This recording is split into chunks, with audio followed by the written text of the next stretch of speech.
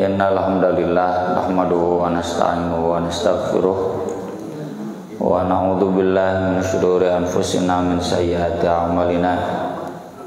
Asyhadu an la ilaha illallah wahdahu la syarikalah wa asyhadu anna Muhammadan abduhu wa rasuluhu alladzi la nabiyya wa la rasula ba'dah.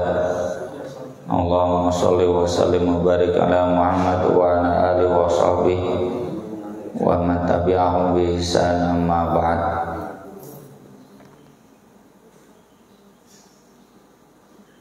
Tema kajian kita ini dalam Sahih Bukhari masih tentang sifatil jannah wan nar, penjelasan seputar surga dan neraka. Tapi khusus ini hadis ini terkait syafaat Nabi Shallallahu Alaihi Wasallam. Kita sudah bahas di kajian bulan yang lalu, syafaat itu artinya genap. Sebaliknya dari witir, dari ganjil. Ganjil itu identik dengan sendiri, genap itu identik dengan berdua. Berdua itu artinya ada partner, ada penolong, ada pembantu. Nah, syafaat itu kemudian berkembang maknanya menjadi penolong, pembantu, penjamin. Kayak seorang terdakwa Donald Trump misalkan di penjara, tapi baru 20 menit sudah keluar lagi. Karena apa? Karena ada penjamin.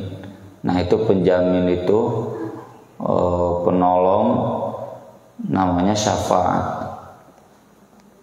Syafaat Nabi artinya nanti Nabi menjadi orang kedua bagi kita. Kita orang pertamanya yang Nabi akan menyelamatkan kita. Syafaat itu ada 7 ya, dalam hadis. Yang pertama, keselamatan dari bahaya di tempat wukuf. Wukuf di sini wukuf di yaumul akhir atau sering disebut padang mahsyar. Di padang mahsyar nanti ketika kita dibangkitkan, qul innal awwalina wal akhirina lamajmu'una ila miqati yaumin ma'lum. Kita semua akan dikumpulkan pada satu tempat yang sama. Semua yang generasi paling awal Nabi Adam sampai nanti generasi paling akhir. Pada saat itu matahari akan didekatkan, jaraknya 3 mil. 3 mil itu berarti kurang lebih 2 kilo ya. Ti dieu ka mana? Ka Ciberem. Ya. Dan otomatis semua manusia akan kepanasan, berkeringat. Keringatnya itu juga sampai menandakan sejauh mana dosanya. Ada yang sampai tumit, ada yang sampai lutut, pinggang, ayogen tilalap, tenggelam. Dan orang dengan keringatnya itu sejauh mata memandang, sebutlah 1 hektar. Di antara saya dengan Bapak nanti jaraknya kurang lebih 1 hektar. Ketika Bapak tenggelam contoh, kalau saya enggak ya bebas berarti ya. Atau sebaliknya. Nah, pada saat itu baru dibangkitkan sudah repot. Ya bayangkan saja kemarin saja panas ketika ibadah haji 50 derajat itu banyak yang meninggal dunia, heat stroke itu ya. Itu gak kuat. Dan korban yang meninggal dunia, yang gugur, yang syahid ketika ibadah haji kemarin dari Indonesia kan terbanyak dalam sejarah, selain karena tragedi Mina misalkan. Nah, pada saat itu mulai ada syafaat dari Nabi Shallallahu Alaihi Wasallam. Yang kedua, memasukkan sekelompok kaum ke dalam surga tanpa hisab. Ini sudah kita bahas ya tempo hari yang lalu, Mereka ini orang yang tawakalnya paripurna. Bahkan ketika sakit pun tidak berobat. Keun weda menyagerkeun mah Gusti Allah. Tapi bukan berarti nggak boleh berobat, silahkan. Yang memilih berobat nanti dapat syafaatnya dari jalur yang lain. Cuma kalau ada yang tidak berobat saking tawakalnya, nah ini. Yang ketiga, syafaat untuk satu kaum yang pasti masuk neraka, tetapi kemudian Nabi dan orang lainnya yang dikehendaki Allah memberikan syafaat kepada mereka. Siapa orang lainnya itu? Di antaranya yang menyolatkan jenazahnya. Asal yang menyolatkan jenazah itu orang-orang yang betul-betul ikhlas. Tentunya di antaranya jamaah Baitul Mukhlisin, kan rumahnya orang-orang yang ikhlas.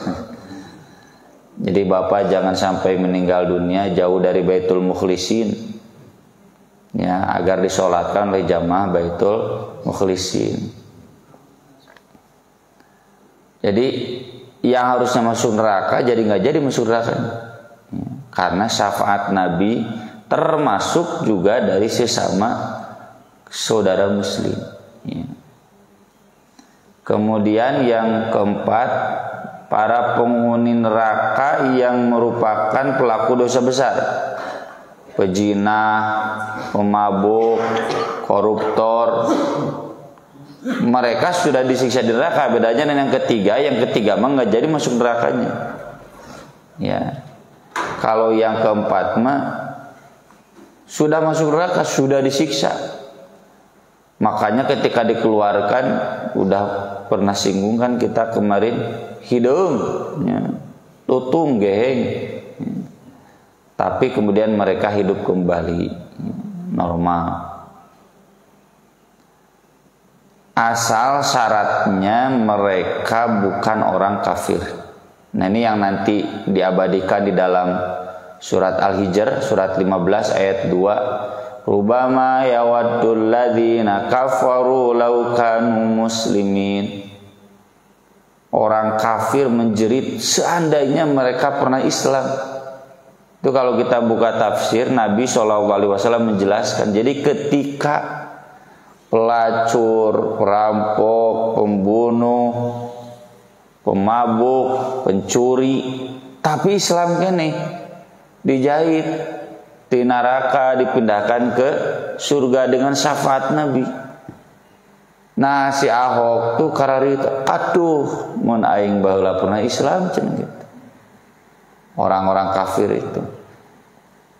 Makanya sampai kapanpun kita nggak boleh menyamakan orang kafir dengan orang Islam. Jangan pernah kita statuskan orang Islam seperti orang kafir dengan menyebut kafir, munafik, musyrik, ahli bid'ah. Jangan.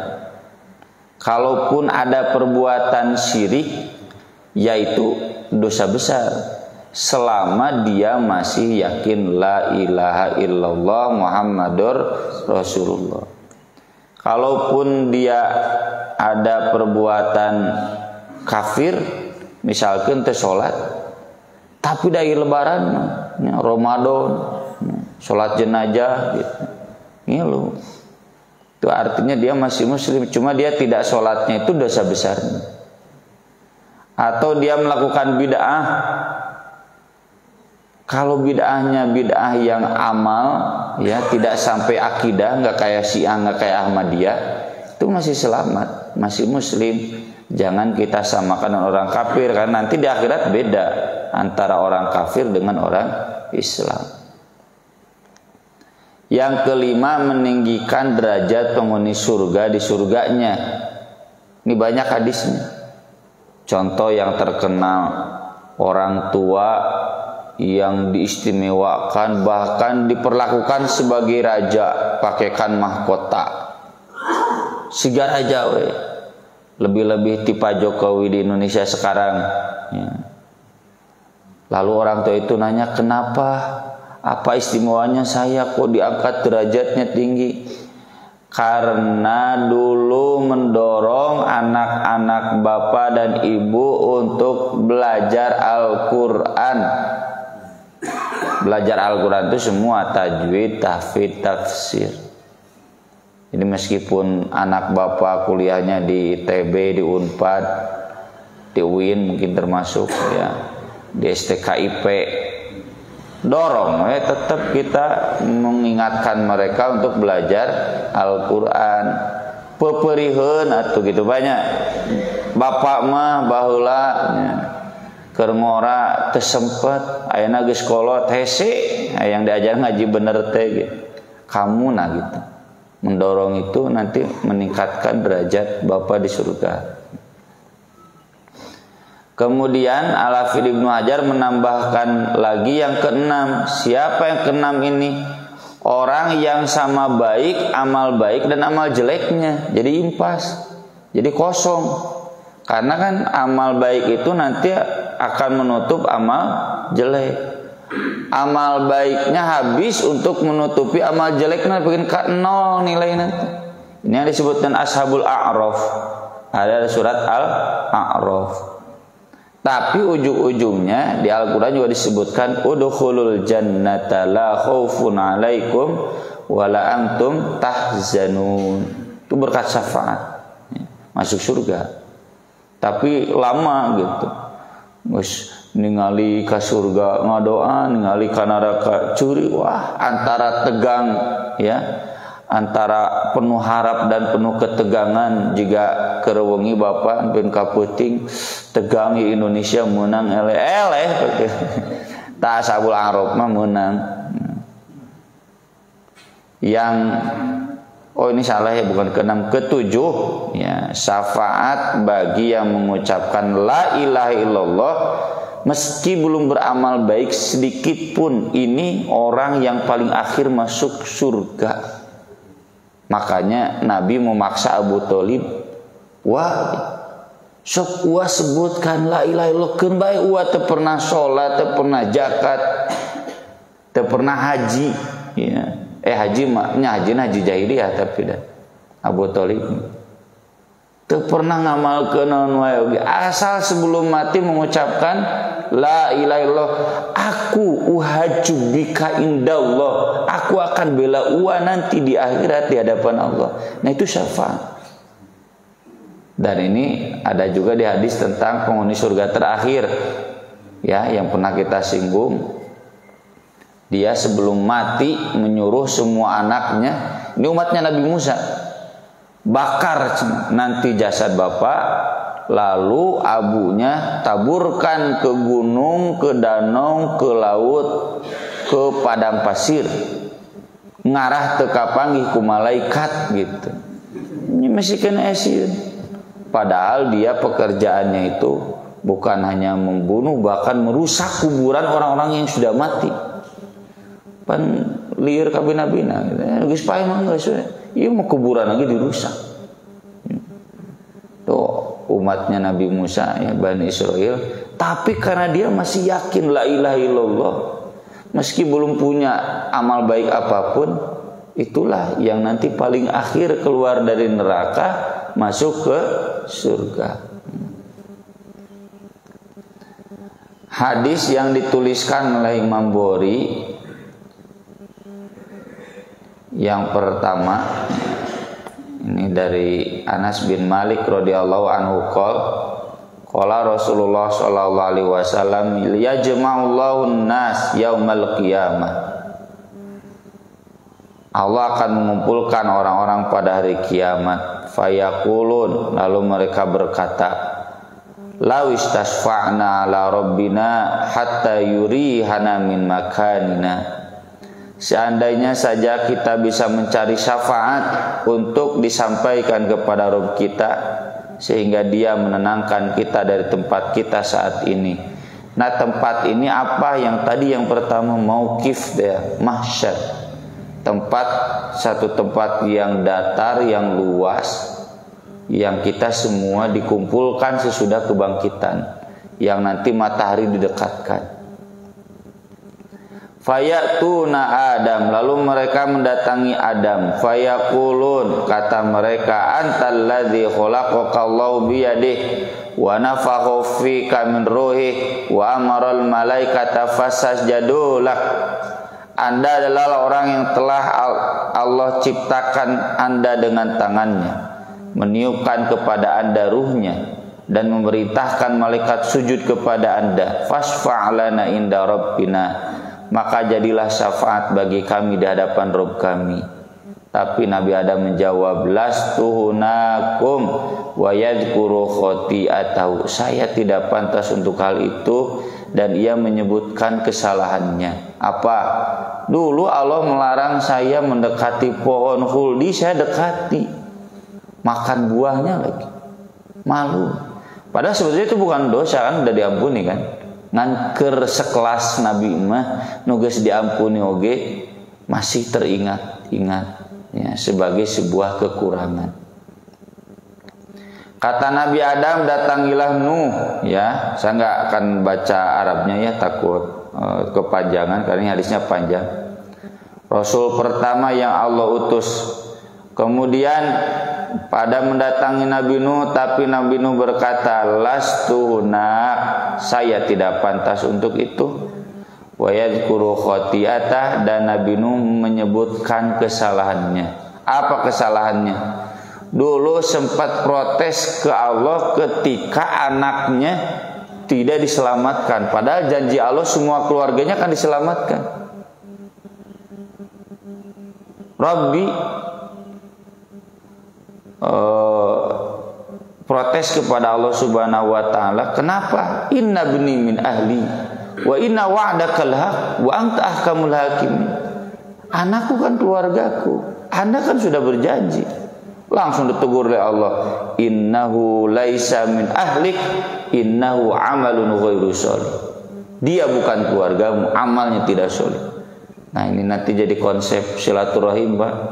Yang disebut keluarga itu yang amalnya sholih, nutu sholih melain keluarga. Mau bisa nyelamatkan bapak.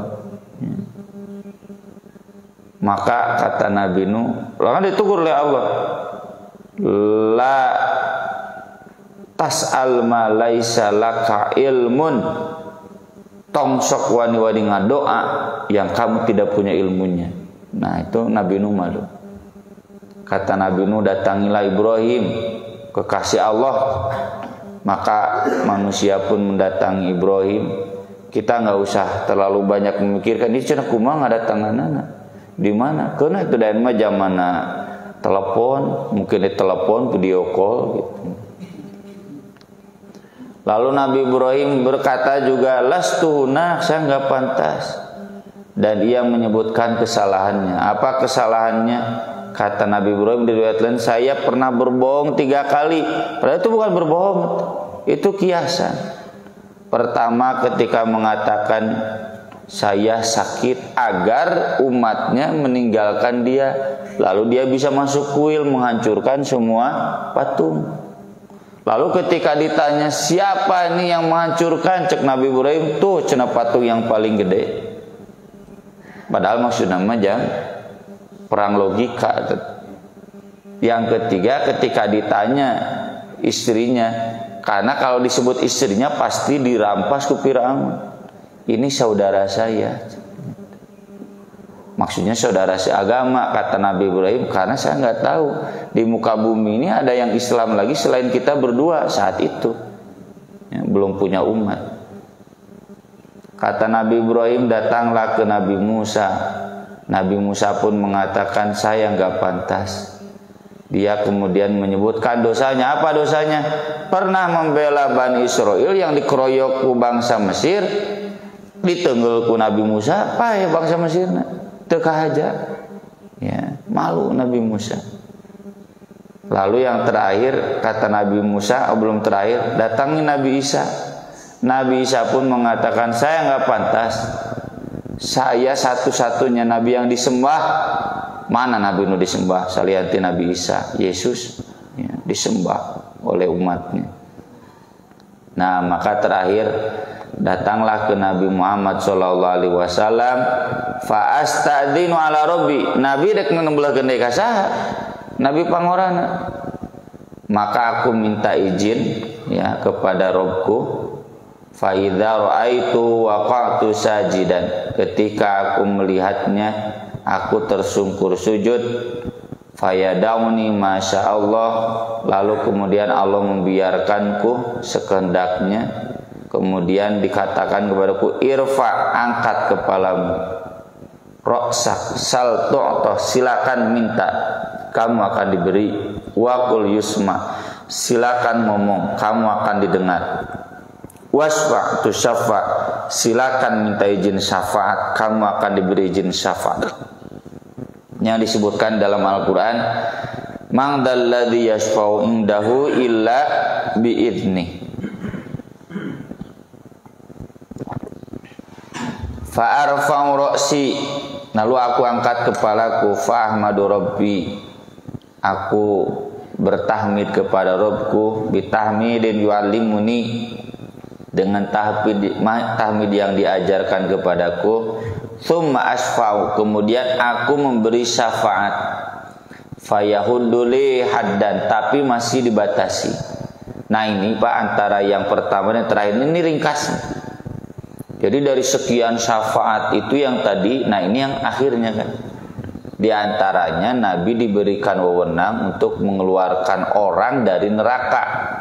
Tapi syaratnya tadi, yang masih ada la ilaha illallah. Apa dibatasi ini? Jadi kalau dalam riwayat disebutkan, silahkan keluarkan yang dalam hatinya masih ada seberat gandum. Silahkan yang keduanya, keluarkan dari neraka yang dalam hatinya masih ada seberat dzarrah. Dzarrah teh tepung ya. Silahkan keluar dari neraka yang masih ada yang lebih kecil daripada dzarrah. Nah ini datanya yang terakhir keluar tadi.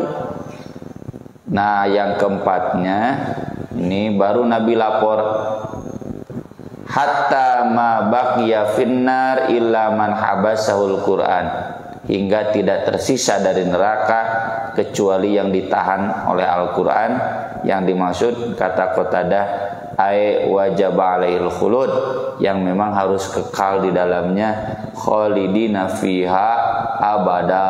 Siapa? Orang kafir.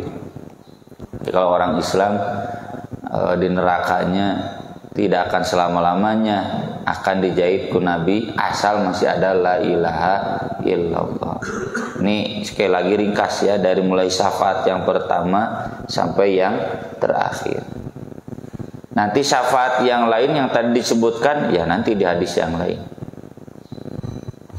Maka dari itu kata Imran bin Husain, Nabi SAW menjelaskan, yakhruju qaumun minan nar bi syafaati Muhammad sallallahu alaihi wasallam fayadkhulunal jannah. Akan ada satu kaum yang keluar dari neraka dengan syafaat Nabi Muhammad sallallahu alaihi wasallam, lalu mereka masuk surga. Yusammaunal jahannamiyyin, digerwana ku orang penghuni surga, hei jahannamiyyin cenah gitu. Munahan dasar jahanam gitu ulah ya, ayeuna mah karena masih belum, dari itu berarti vonis neraka nggak boleh. Tapi kalau nanti yang disebut jahannami, zamannya jahannamiyin, artinya orang yang pernah dibakar di neraka jahanamnya susurian we da di surga mah mulai nu pasea. Kemudian terakhir ini pertanyaan dari Abu Hurairah, ya Rasulullah, man as'adun nas bi syafa'atika yaumal qiyamah, siapa orang yang paling berbahagia dengan syafaat Anda pada hari kiamat? Kata Nabi, laqad dhanantu ya Abu Hurairah an la yas'alani an hadzal hadits ahadun awwalum minka. Hei Abu Hurairah, saya sudah menyangka tidak akan ada seorang pun yang lebih dahulu menanyakan masalah ini kepadaku daripada kamu. Lima ra'aitu min hirsika 'alal hadits, karena aku melihat semangatmu mempelajari hadis, kritis gitu.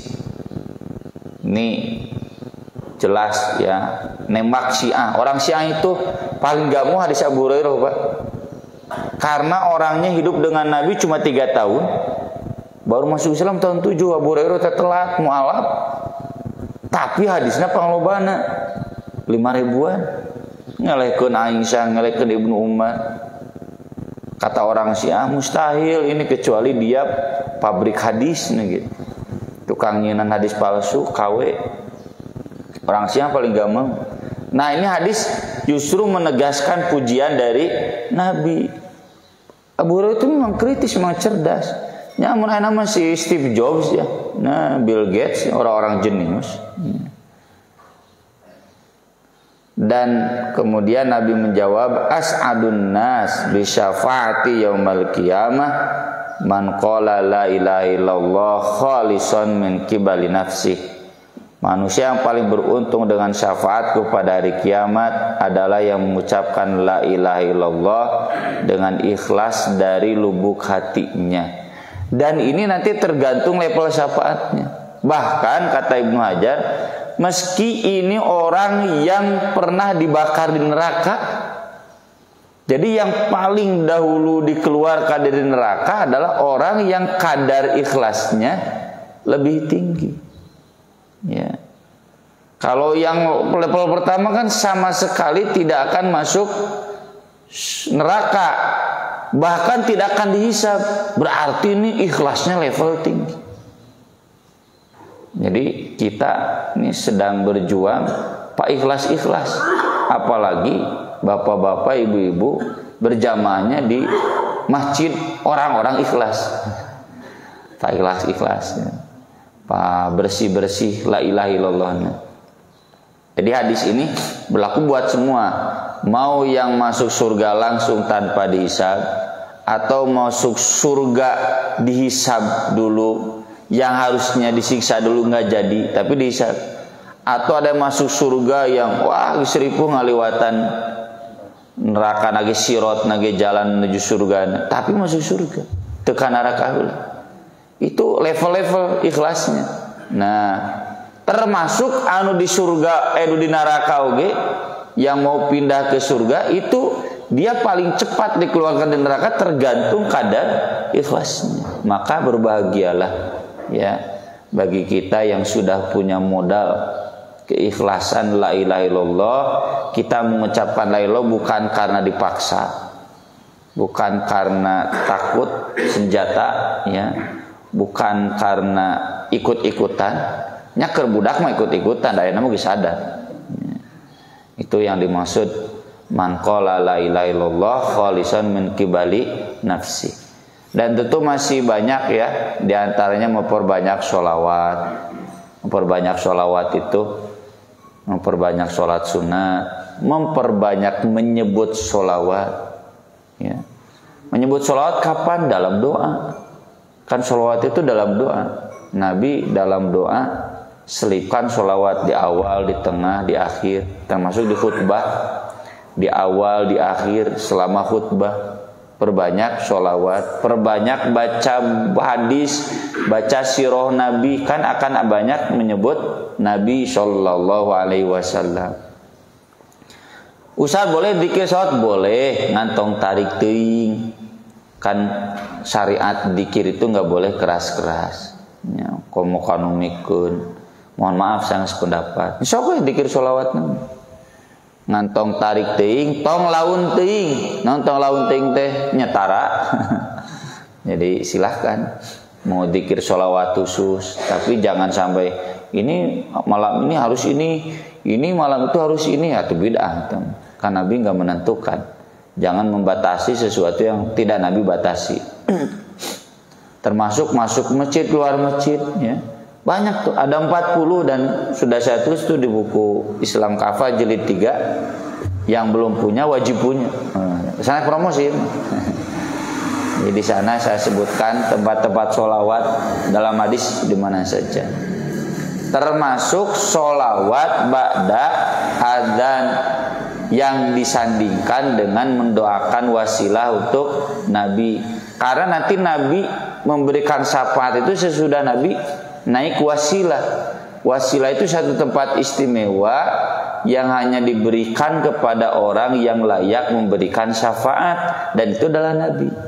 Matak dina doana ati Muhammadanil wasilata wal fadilah wa ba'athu maqaman mahmudanil ladzi wa'adta. Yang mendoakan itu semakin banyak doanya, semakin banyak sholawatnya, semakin tinggi nilai syafaatnya. Kalau semakin tinggi nilai syafaatnya, mudah-mudahan kita semua syafaat nomor 1 naon teu kana neraka acan, bahkan teu bisa baca, langsung masuk surga.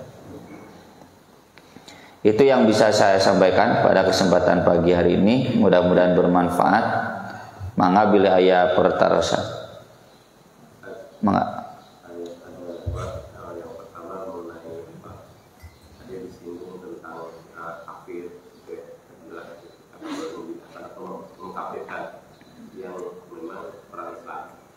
Terus sikap kita terhadap yang LDI, mereka kan mengkafirkan gitu. Nah, maksudnya apakah kita bersikap kepada seorang muslim misalnya assalamualaikum, atau dia mengucap assalamualaikum kita jawab sesuai dengan Islam.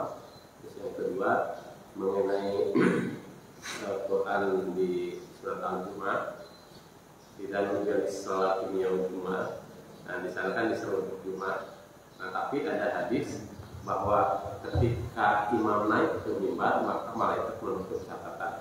Yang jadi pertanyaannya adalah, ketika seseorang itu masuk ketika imam sudah naik, apakah tidak berpahala atau sholat Jumat jadi sia-sia atau seperti apa? Enggak. LDI itu masuk kategori Khawarij. Para ulama dari dulu menyebut Khawarij masih muslim, cuma pendosa besar. Karena LDI ibadahnya sama dengan kita, Quran Sunnah, bahkan Qurannya tamat 30 juz, Sahih Bukhari tamat, ngaji di LDI kan ngajina teu ka mana-mana, da nggak boleh kudu ka kiaina. Jadi mun teu ka kiaina sesat. Dan kita memang disebutnya bukan kafir, najis, ya. Kita najis karena kita akan mati jahiliyah. Kenapa mati jahiliyah? Karena kita tidak berbaiat kepada imamnya. Kan di hadisnya siapa yang tidak memiliki baiat, matinya mati jahiliyah. Padahal maksud baiat didinya mah baiat ka ulil amri Jokowi. Kalau kita tidak ikut pemerintah NKRI kan jadi separatis. Kalau jadi separatis nanti akan ada banyak pertumpahan darah. Nah itu yang mati yang begitu kan bukan mati syahid tapi mati jahiliyah. Mati jahiliyah bukan mati kafir, cuma seperti jahiliyah. Ini siga di Suriah, Al-Qaeda, Jabhat Nusrah, ISIS perang. Al-Qaeda Islam, ISIS Islam, Jabhat Nusrah Islam, pemerintah Suriah Islam. Ada Islamnya Islam lamun perang kumaha. Kayak kita dulu NII dengan TNI. Masalah nama NII tengilu ka Presiden Soekarno. Kalau ikut Presiden Soekarno mulai pertumpahan darah. Itu maksud hadis. Mati jahiliyah teh bukan berarti bapak-bapak imam lagi kudu imam manehna, padahal imam manehna teh bukan penguasa. Buktinya mau dibubarkan ku Jokowi mau bisa kumaha. LDI itu dia hidup di Indonesia karena ada legalitas dari pemerintah, bukan mereka dibalik. Nah LDI pemerintah terus NKRI di bawah LDI gitu, pantes. Baiat itu ke ulil amri itu pemerintah. Ya. Seperti apakah Muhammadiyah diatur pemerintah atau pemerintah diatur ke Muhammadiyah? Kan gitu sederhana. Muhammadiyah diatur pemerintah, ijazah sekolah Muhammadiyah di pemerintah. Bukan dibalik pemerintah diatur ke Muhammadiyah, kan bukan begitu. Nah, mereka masih muslim, maka dari itu kalau mau menyolatkan silahkan. Saya nyebut silahkan karena pelaku dosa besar itu tidak wajib disolatkan. Dan Nabi sendiri bukan jarang, nggak pernah menyolatkan pelaku dosa besar. Salebar. Jadi udah aja abaikan kalau meninggal dunia. Nyai urus kemanusiaan mah silakan. dimandian, dikafani, diantarkan. Tapi kalau sampai menyolatkan, Nabi nggak pernah. Meski Nabi nggak melarang, kata Nabi shollu ala sahibikum, silakan sholatkan sahabat kalian. Kalau saya enggak, gitu. Itu menunjukkan bahwa pelaku dosa besar itu bukan kafir, masih boleh disolatkan, cuma tidak dianjurkan. Yang kedua, orang kalau datang Jumatan imam sudah naik mimbar, betul malaikat menutup catatan amalnya, maka orang yang Jumatan itu tidak akan dicatat pahalanya, tapi tong balik deui, mun balik deui doraka, minimal bebas dari dosa. Itu. Ya, aduh saya kesiangan nyawayahna we. Nggak ada alasan dah ini macetnya, bohong anda Jumatan teh isuk-isuk kuduna inditna. Kata Imam Syafi'i yang dimaksud jam pertama itu jam 6, jam kedua itu jam 7, jam ketiga itu jam 8. Jam pertama itu jam 7, jam kedua jam 8, jam ketiga jam 9, kan 5. Jam keempat itu jam 10, jam kelima itu jam 11. Urang mah pan datangnya jam 11 kali itu menang endog. Kan jam kahiji kurban unta, jam kedua kurban sapi, jam katilu kurban domba, yang jam keempat kurban ayam, jam kelima kurban enog. Bapak mah pahala enog unggul. Kalau ingin kurban domba minimal berarti jam 8. Tapi itu berlaku buat bapak-bapak, imam mah bebas. Imam mah kan yang penting sebelum adzan datang naik mimbar, dan Nabi juga kan begitu ya. Nabi baru masuk mimbarnya pas mau naik mimbar, masuk masjidnya. Dan karena saya jadi makmumnya cuma di Masjidil Haram saja ya, maka di Masjidil Haram apa jam 8 itu siap minimal menang kurban sapi ya. Jam 8 kadunya teh sarare we apal dalilna aya ta si Arabnya, Arab hideung sarua jam 8 pinter geus salat yo sare 2 jam si kehe teh pinter pokona merencana menang pahala datang panheulana. Cuma maksud saya ya ini kenapa sampai terlambat, padahal pas'au ila dzikrillah itu kata para ulama dari sejak awal ya, Nabi menganjurkan dari sejak pagi. Nyatu nggak bisa dari sejak pagi ya tong kaberangan, kalau kesiangan tidak dicatat pahala. Tapi bapak tetap Jumatan mah lamun balik deh dah mau dicatat pahala doraka berarti gitu Pak.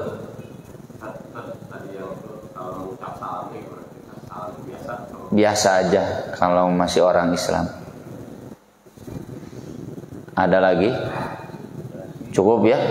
Oh satu lagi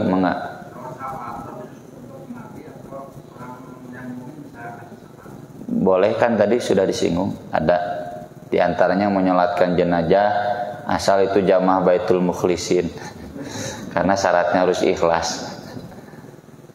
Ada nabi yang lain, ada sesama muslim ada. Nanti kalau ada waktu kita bahas di sini. Ustaz, ada yang bertanya dari pemirsa di sini, buku yang tadi itu dibelinya di mana? Di saya. Soalnya itu bukunya da ayeuna mah Pak kumanya bisnisnya di toko buku ge sararepi toko buku teh. Ya. Pakaian sama dititipkeun ke toko pakaian Gramedia wae nama gulung tikar banyak. Jadi nyata saya nama gayana online ya. Online pribadi di Japri saja. Cekapnya itu sengit bubur ya, ngagoda bubur teh. Aku lo qouli hada wa astaghfirullah li wa lakum subhanakallahumma bihamdik asyhadu an la ilaha illa anta astaghfiruka wa atubu ilaik. Wassalatu wassalamu ala rasulillah. Wassalamualaikum warahmatullahi wabarakatuh.